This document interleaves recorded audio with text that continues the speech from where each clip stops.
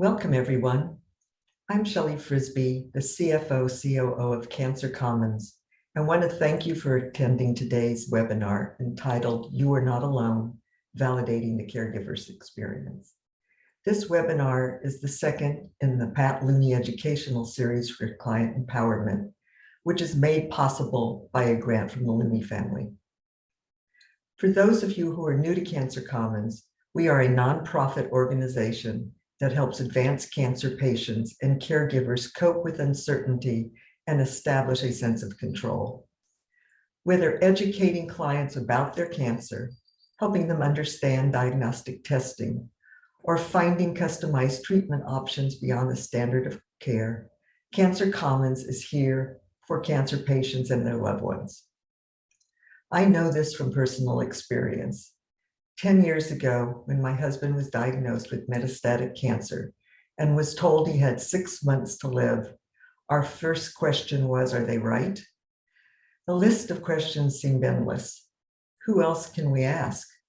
Are there tests that should be run? Are there experts in this specific type of cancer who could help? At that time, I was very fortunate to know Marty Tenenbaum, the founder of Cancer Commons.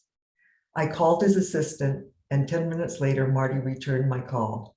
No more than a half an hour after that, Marty sent me suggestions of which institutions to turn to, pertinent information to read, and which doctors to call. I now had a focus and could start doing something productive. I felt so much better embarking on the caregiver journey with a plan. Everyone facing cancer should be given the empowerment that Marty gave me 10 years ago. And I will always remember that when I thanked Marty, he wrote, "I'm glad, actually grateful to be able to help." And I am grateful now to be part of the organization, providing this kind of support every day to patients and to caregivers. Everyone needs somewhere to turn when they hear those awful words, "You have cancer." Cancer Commons is that place. Just a few logistical things to mention before we start. During today's webinar, our patient navigator team will be answering questions live. Please feel free to submit your questions via the Zoom question and answer feature at any time. You have the option to submit anonymously. A recording of the webinar will be made available to all registrants. Thank you so much for joining us today. It is now my honor to introduce Cancer Commons Director of Patient Services, Deb Christensen. Deb is an oncology nurse. She is also an expert nurse navigator who specializes in helping cancer patients receive all the information they need to make their best possible cancer care decisions. We are grateful to Deb and to the Cancer Commons caregivers who are generously sharing their insights and experiences with us today. Shelley, thank you for that warm welcome and for sharing your personal story. The caregiver experience is a universal human one, and yet it's a profoundly personal one as well. And through the course of this webinar, we sincerely hope that you will feel validated as a caregiver by hearing from other caregivers, their personal experience, by thinking of your own experience as a caregiver, and by listening to what the research has said about cancer caregiving. Our hope is that when you leave the webinar, that you will feel uplifted and not alone. Although your journey is unique, there are others walking this path with you.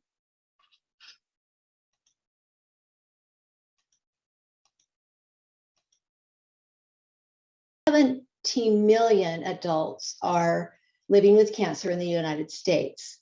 And there is a multitude of caregivers that are sharing in that experience, from diagnosis through treatment, through end of life. Now, all of those might not be a professional caregiver.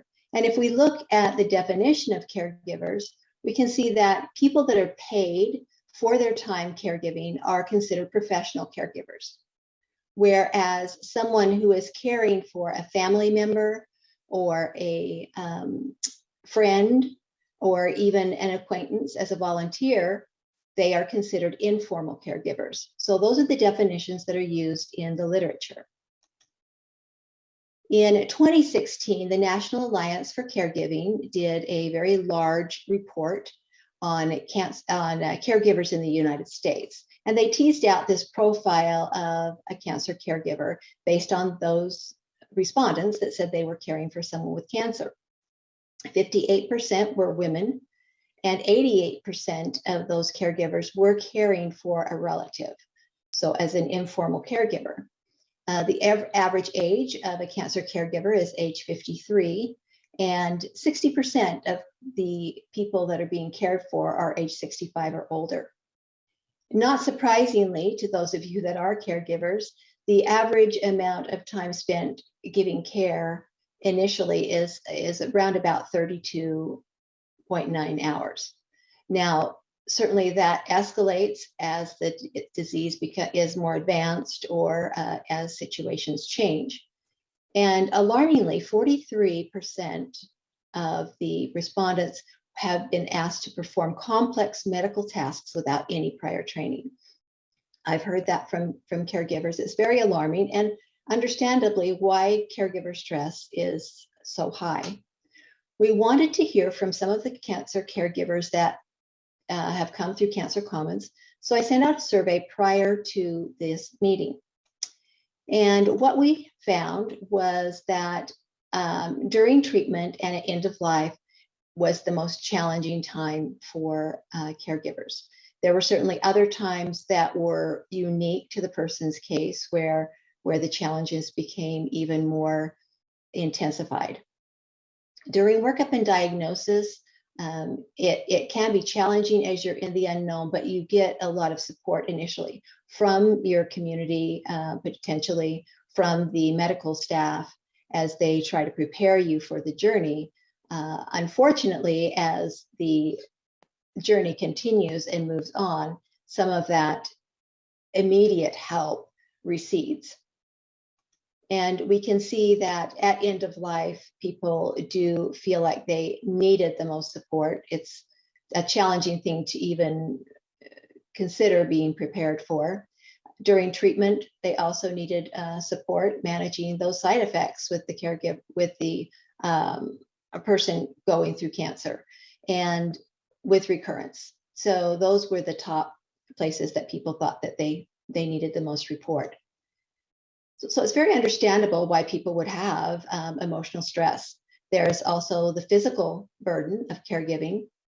Caregivers also report feeling isolated, feeling alone.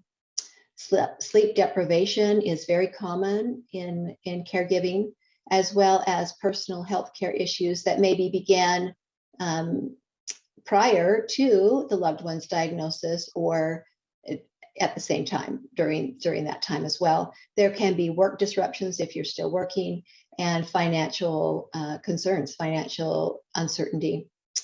The research shows that 38% of cancer spouses experience depression, and females tend to be more affected than males.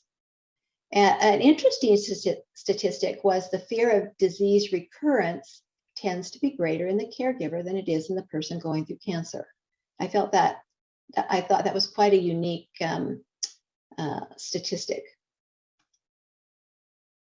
Let's hear from some of our caregivers now.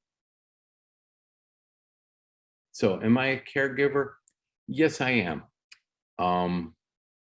But I'd rather just call myself a dedicated spouse. And, you know, I would hope, if had it been the other way around, that, you know, it would be the same way. You know, I'm 8.5 years older than Sue. Always say guys die younger, you know, than women do. So, you know, we never planned for this, not at all.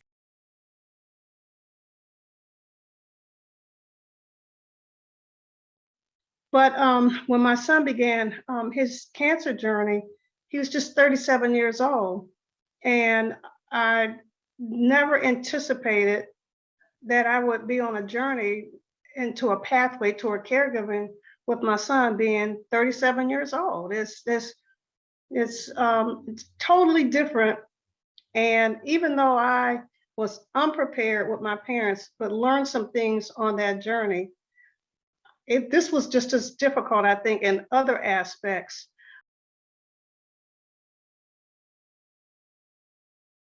And I remember very vividly, like holding her hands, like, we got this, we're gonna get through it together. It was very hard because the diagnosis came at a time that we weren't, ready really to handle any big life changes like that. We were already in the midst of moving, so it was very hard. But I think communication between us was very vital. And having those discussions early on of what her wants and wishes were, her desires, what was important to her, was it dignity, was it, being healthy or being able to walk? I mean, it's different for everybody. But it's kind of how we really started that journey together. And, me being able to actually care for her was having that open and honest conversation. Not fearing it.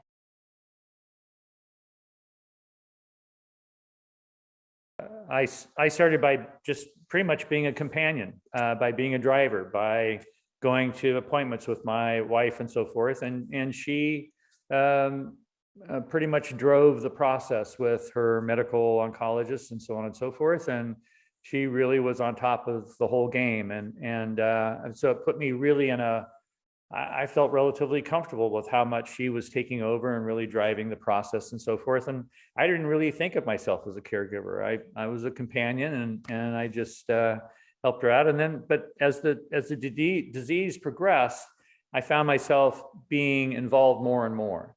And in some cases, I felt prepared to do that. In other cases, I was unprepared, and also became really aware. I was lucky that I was retired because it really started becoming more and more of a time. It's not a burden, but it took more and more of my time in my day to care for her. And I think at some point I really began to feel like a caregiver. I was really thinking about what she was eating and how she was sleeping and what our next appointments were, and really trying to work and plan ahead and so forth. And I in some ways I loved it. It brought us closer together in some ways. I just felt like it was a really important job that I was doing, and I loved doing it with her and for her and so forth. So how can caregivers be prepared going into it with the diagnosis and treatment? Two great resources that I highly recommend are the National Cancer Institute and American Cancer Society websites. And the reason that I recommend those is they stay fairly basic. They give people foundational knowledge. Sometimes the internet can be frightening when you're out there searching for statistics, because you may not really understand if those statistics apply directly to you, as each cancer is unique. And especially as precision medicine is being implemented in many facilities, you just are going to be getting information along the way. So prepare yourself with foundational knowledge, realizing that it takes time to learn a new language, and oncology can be like a new language for certain. Know your options. I can't stress this more. Again, you're stepping into a very unknown world to you.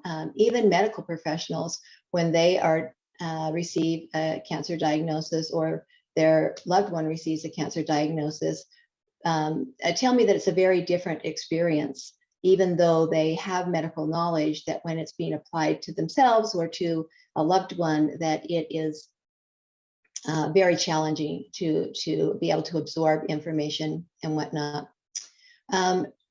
Speaking of precision medicine, I highly encourage people to ask their doctor about molecular tumor profiling. That is something that it comes first and foremost at Cancer Commons.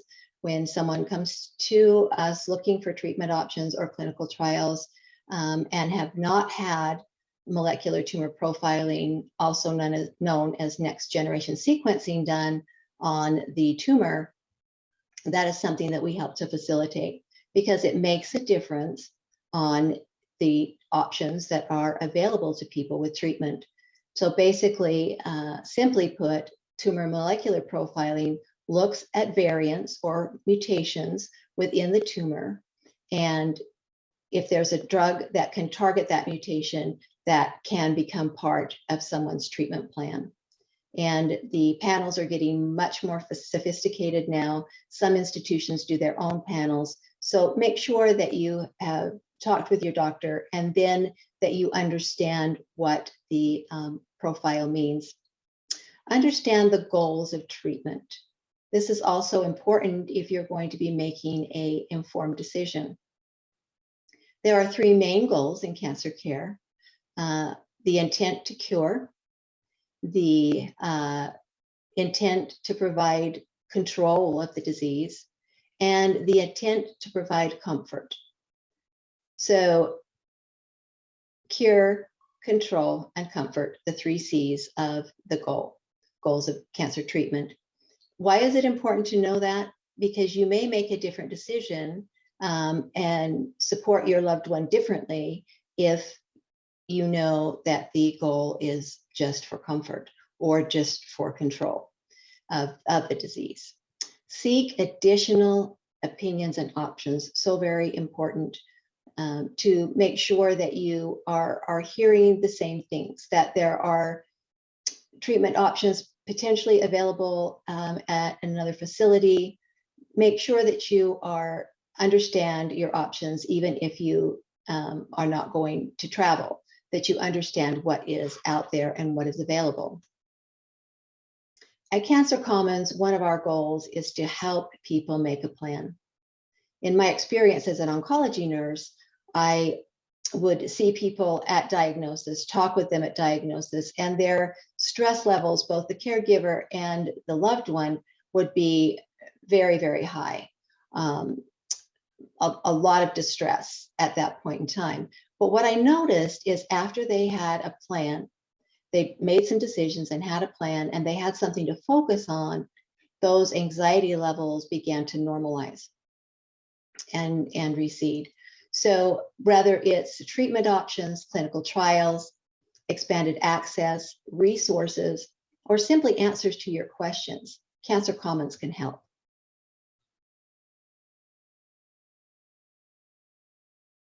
So when my mother-in-law was diagnosed with pancreatic cancer, my husband, of course, was devastated, and I'm watching my spouse suffer in silence, trying to be strong.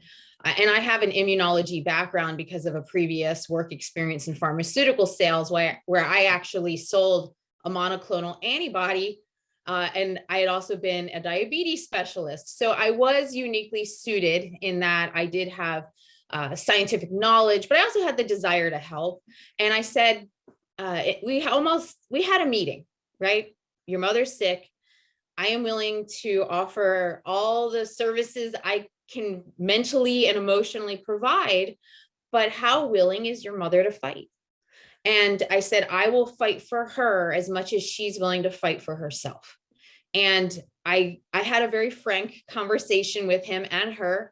And I said, I will take this to the end of the earth. I will get wherever you want to go. I promise. I know how to do it. I know how the systems work, and I'm willing to fight. Are you? And I said, really, just tell me how fast you want me to run. And she said, run. I said, let's go.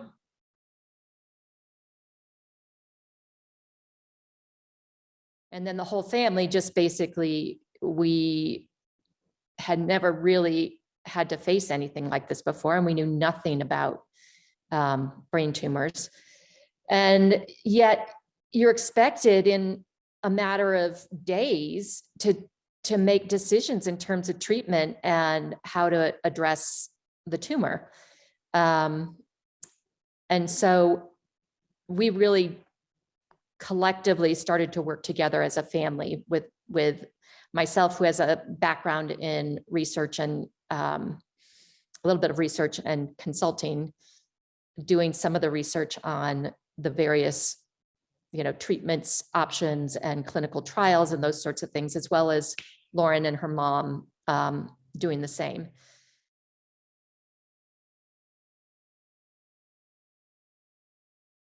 I also do the stuff that I know I can deal with, because there's a lot, like clinical trials, looking up clinical trials. There are hundreds of them.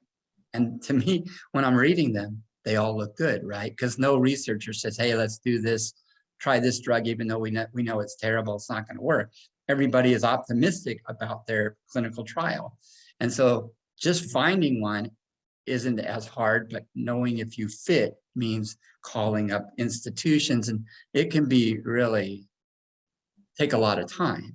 And in the meantime, while you're searching and trying to find some clinical trial or some drug that's going to be the right thing for pancreatic cancer, if you're not doing the stuff that's you should be doing personally, which is the whole diet and exercising and taking care of yourself at home, you're kind of missing out. Let's recap what we've heard so far.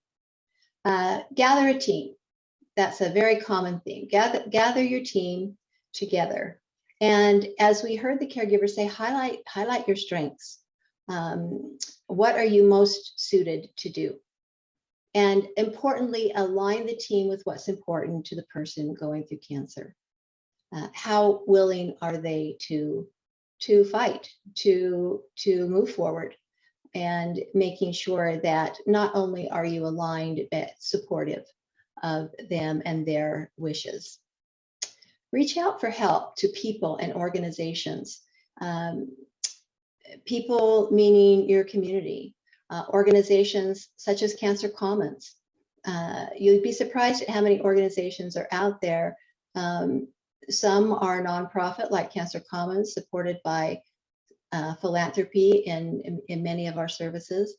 And we are there to help make the journey easier for family caregivers, for daughters to be able to be daughters, mothers to be mothers, and husbands and wives to be spouses, instead of the one doing all of the research and having that stress that's involved with that. And then importantly, start with what you know you can do. Starting small and building upon successes is much better than having an elaborate plan and setting yourself up for failure. So start with what you know you can do. Importantly, seek other opinions and options. So we've talked about how to learn about additional options through organizations such as Cancer Commons, but what about other opinions? How have other caregivers done this?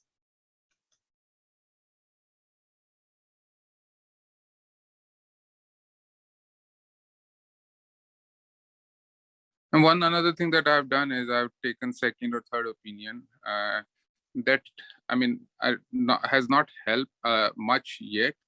But my idea was that at least I'm connected with them with email, because we went there and we talked to them. What happens nowadays, once you meet them, they add you as a patient. And then all of them big hospitals are connected using Epic. And so I am able to message those doctor if I need, to talk to them. So like I went to MD Anderson, City of Hope, I'm already here. Kaiser was my original treatment, so I'm connected with that doctor. And then UCLA. They haven't helped much yet in the sense they say, whatever treatment you're going through, that is you should continue with that. But this was just my backup plan for future. Because some of these may have some trial or something that helps Preeti. So since I'm already connected, it just makes a communication easier.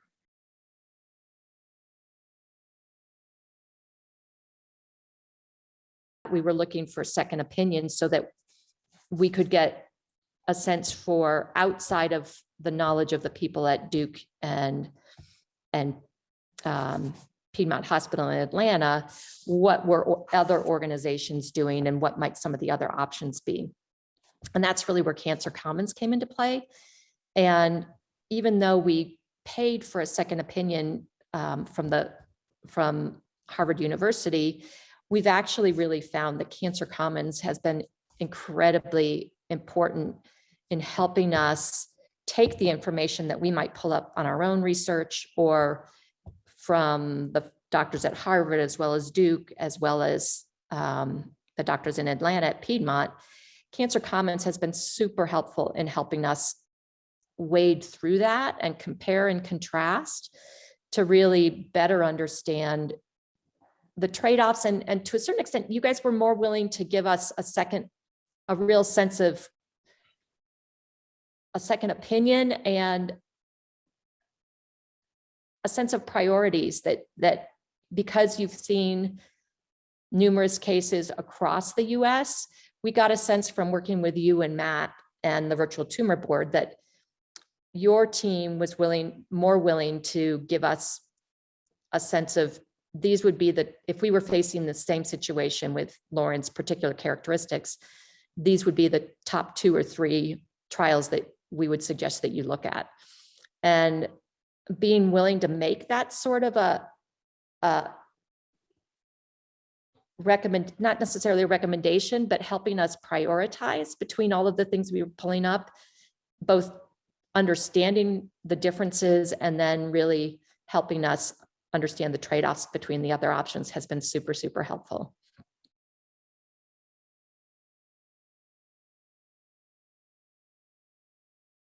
You know, I've got to tell you that it can be a little, you know, terrifying when you're seeing, you know, you'll put up an NCT clinical trial and you'll read some things in there. And I have the science background and so forth. And even with that, I've got a separate page that I put together, which is definitions of pancreatic cancer things that are coming up.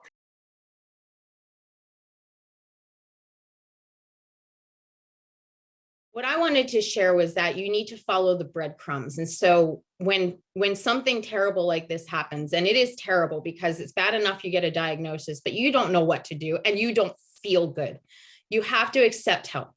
And then from the caregiver's perspective, I didn't know who to turn to for help. So I called a friend. That friend had a friend who just went through this. She referred me to PanCan.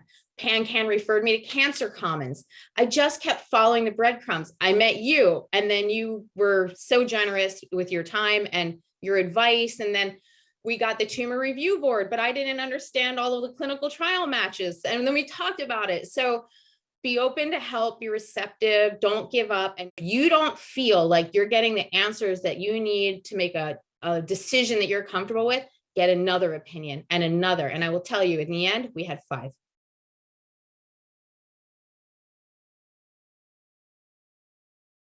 So have a backup plan. The time for a backup plan is before you need it, right? And Cancer Commons can help you understand what treatment options may be in the future. Contact other institutions and communicate with patients through portals. I thought that was a great tip. So once you've seen a provider, you can, and you're added as a patient, you can then, or as a caregiver, speaking for the patient, for the loved one, you can then communicate through the patient portal with the doctors as they are linked through that system. Collaborate with organizations that can help you prioritize, and then create personal resources that make sense to you. That might be a spreadsheet of definitions, that might be just a binder where you keep important information handy, but just resources that make sense to you. Allowing others to serve you is another big theme in cancer caregiving. It can be challenging, but let's hear from our caregivers how they began to allow others to serve them and what the result was.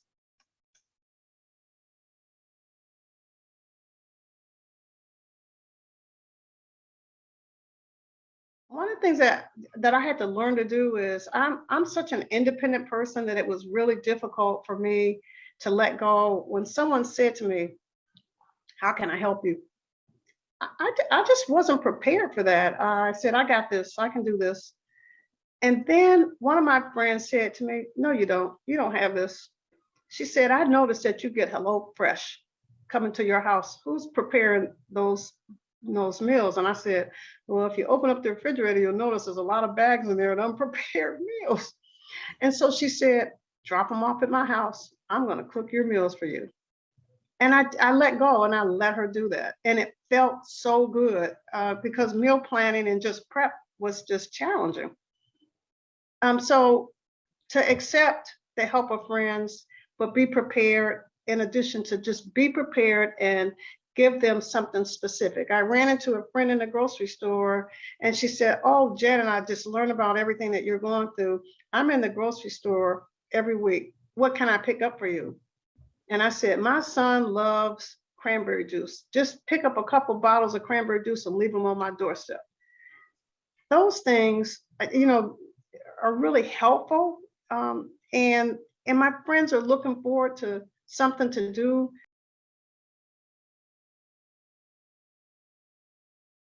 But I think about, what my journey was like and have heard from other people, and it can be very complex. I mean, it goes from all the way from just being almost a bystander to at some point becoming a very involved decision maker. And sometimes those changes happen very quickly, and things start feeling out of control and so forth. So I developed I'm calling it a caregiver dashboard. And so this dashboard is really intended to help the caregiver sort of self-assess what's going on with them at any particular time. And it can change pretty rapidly, say with a new diagnosis or with a new treatment and an improvement. And so it's really an attempt to sort of keep clear about what's going on. And if things are not going well and you're not feeling in control, you're not communicating well and so forth, then the question becomes, what do you do about that? How do you get back to having a positive attitude and feeling more in control and so forth, and doing something for yourself to help yourself through this process?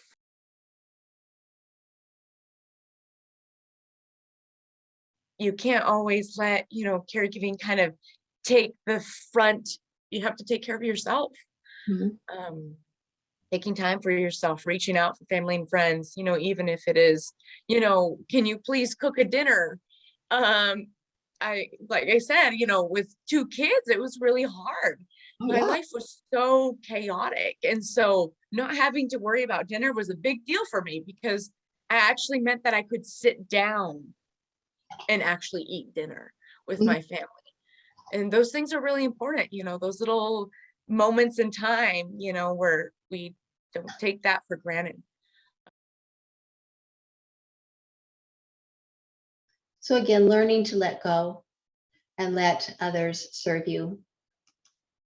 Taking control of those things that you can. The self-assessment is a great idea to be able to really recognize where you are, where your loved one is, and then act upon that knowledge. Embrace moments of normalcy. We know that people that are going through cancer, sometimes they just want to take a break. They don't want to think about it anymore. They live and breathe it every day.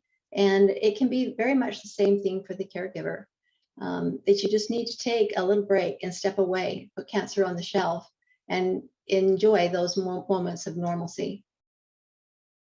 Caregivers talk about additional self-care opportunities, different ways that they found to really enhance their own care as well as their loved one.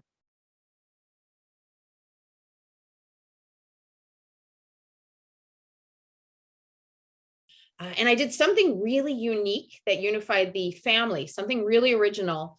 I created, don't laugh, a Pilates Zoom class every Wednesday, and I got all of her nieces and cousins from all over the world to participate. We got her exercising where she would be so excited to see everybody. and everybody shows up to support her because they don't know what to do. Everybody wants to help, but they don't know how, or maybe they're too far.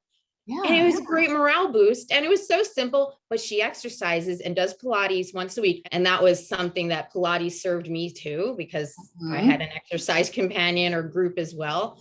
But I went on a lot of walks with my friends, and my aunt listens, right? So I created a little bit of a care group, a circle for myself, so that I could re-energize me, so that I could be present for her.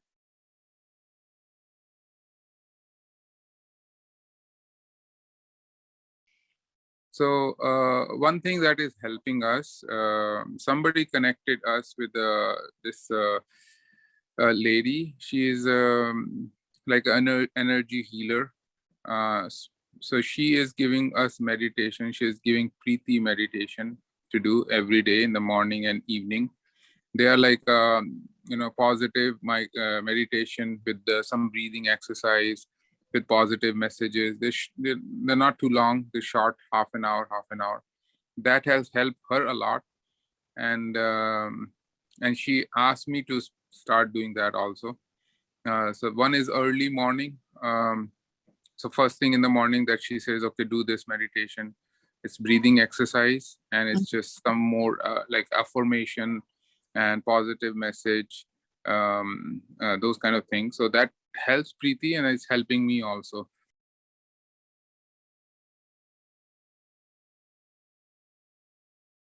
And I found those little moments of like refuge, just to kind of not think about caregiving. I would go to the store. I would pick up nail polish, and, I'd paint my nails, or I would drink lots and lots of water, because that's one thing that I realized is that, I was so focused on taking care of her that I wasn't meeting my basic necessities. You have to eat, you have to sleep, you have to drink water. And so it got to the point where she needed so much assistance, I had to lift her up and things like that, and I remember I was like, I'm really weak right now, I'm sorry, let me get some help. And being able to kind of communicate with that tag out process, you have to listen to your own body. But I always said, you can't dip out of empty bucket, you have to fill it up some way. I really did experience a little bit of caregiver burnout. That is such thing where you're like, I can't no more, I need a break. We all have those moments where we break down, and that's perfectly acceptable. It's going to happen. But we have to kind of acknowledge that in order to take care of it, because if we don't, it's not going to end up good for either of us.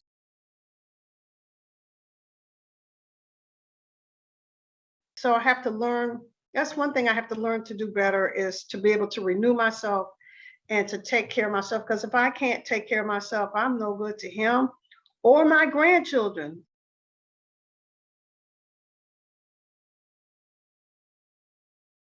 We're religious, so I put my faith in the Lord too, praying, and maybe you have somebody else that you can talk to. If you have somebody, a friend or somebody that you can also talk to, maybe to let some of the weight off, because you're not going to do that with the person you're caring for. They don't need to hear about your frustrations or anything that's hard. So maybe you need to have somebody that you can talk to also, that just to let some of that out, just to know it's okay to feel that way. So think outside of the box. Think of ways that you can engage yourself and to engage the caregiver or the person going through cancer in ways that serve you both. Take time with your friends. That can be difficult sometimes. And then take time alone. Just time to contemplate, time to gather yourself, time to paint your nails or walk the dog. Just getting out and being alone. And release guilt. Release guilt that had you known, you'd have made different choices and whatnot. It's so difficult to tell. And as every diagnosis and situation is so different.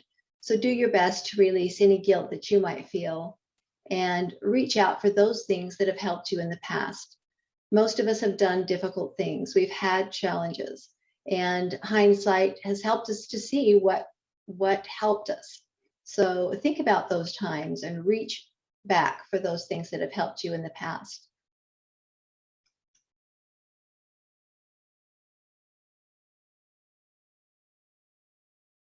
One critical thing that would have been helpful for me in retrospect, if there had been a patient navigator to say, let me pull this together for you, because I was handed a big, thick black notebook and said, here, read this. And I'm going, oh my God, read this. I couldn't pull it together. I intuitively, or I knew I needed to do this, but if someone had taken my hand and said, you've just gone through a lot today, let's debrief this and let me help you, teach you some ways on just how to navigate that.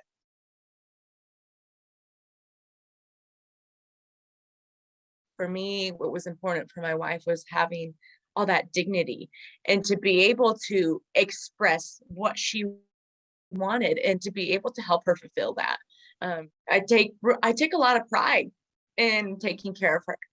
And I think that's one thing that people need to acknowledge is like, man, you know, you really took care of somebody and you led them to that golden staircase, you know, and I love that.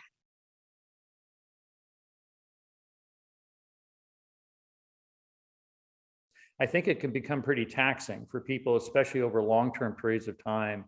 They kind of lose themselves. It becomes so focused on the other person, on the loved one, that they forget about who they are and what their physical needs are, what their mental needs are, what their emotional needs are, what maybe their spiritual needs and so forth. And I think it's important that the caregiver, you know, stay on top of what's going on with their loved one, but also pay attention to themselves, and so that they can do an even better job in some ways for the loved one.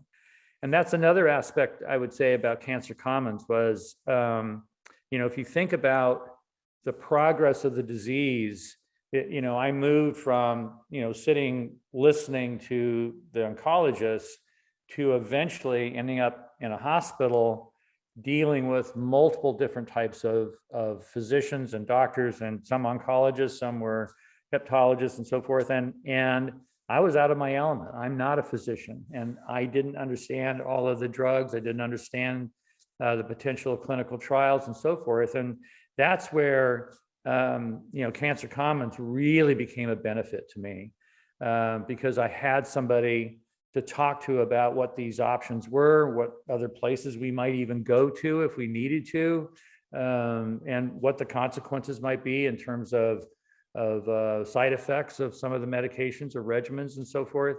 So that, you know, that there was somebody there that really understood the course of the disease, understood the regimens and the chemistry of the care and so forth, was a huge benefit to me, because I didn't have time, nor was I capable of really learning everything I needed to relative to how to help Pat. So you know, hats off to Cancer Commons for being there. I know from talking to various of the navigators there that it's not uncommon that they're dealing directly with the caregiver, not the patient or the loved one, because at some point the loved one just becomes so tired, so exhausted, whatever, that they can't be the primary person anymore. They need that caregiver to step up.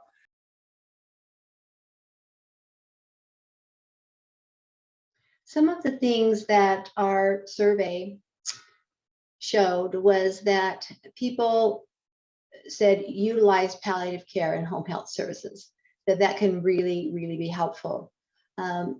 Don't wait to access these services. Palliative care in and of itself is for pain management or symptom management. And so reaching out to them early and just makes a lot of sense. Reaching out for spiritual and social support.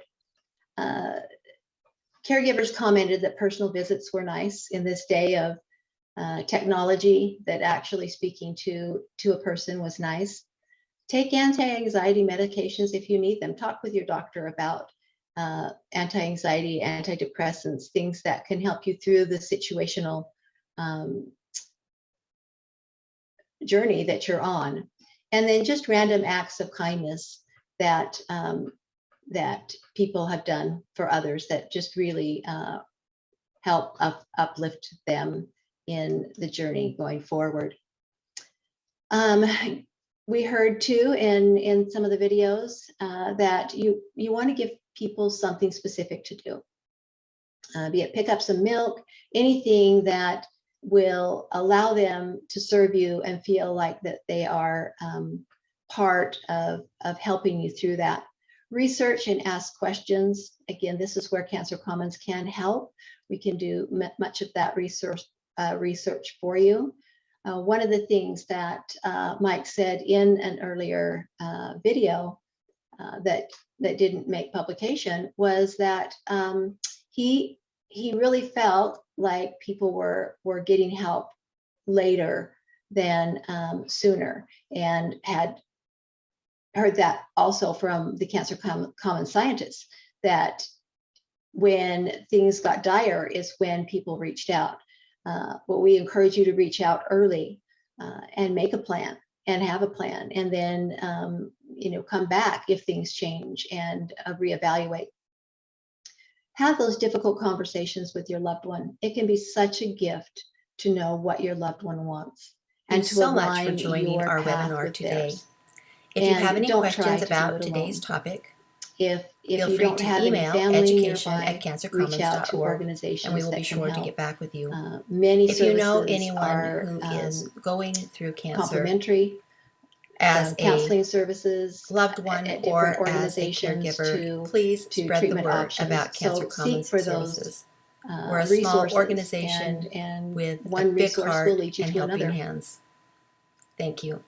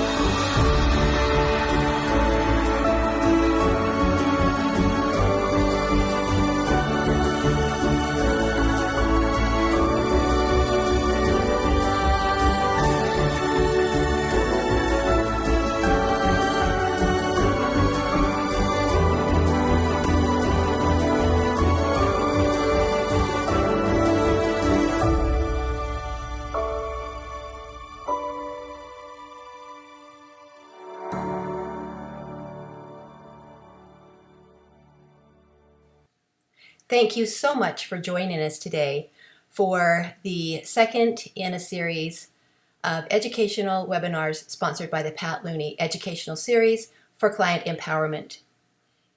If you did have any questions that weren't answered during today's webinar, please email education@cancercommons.org.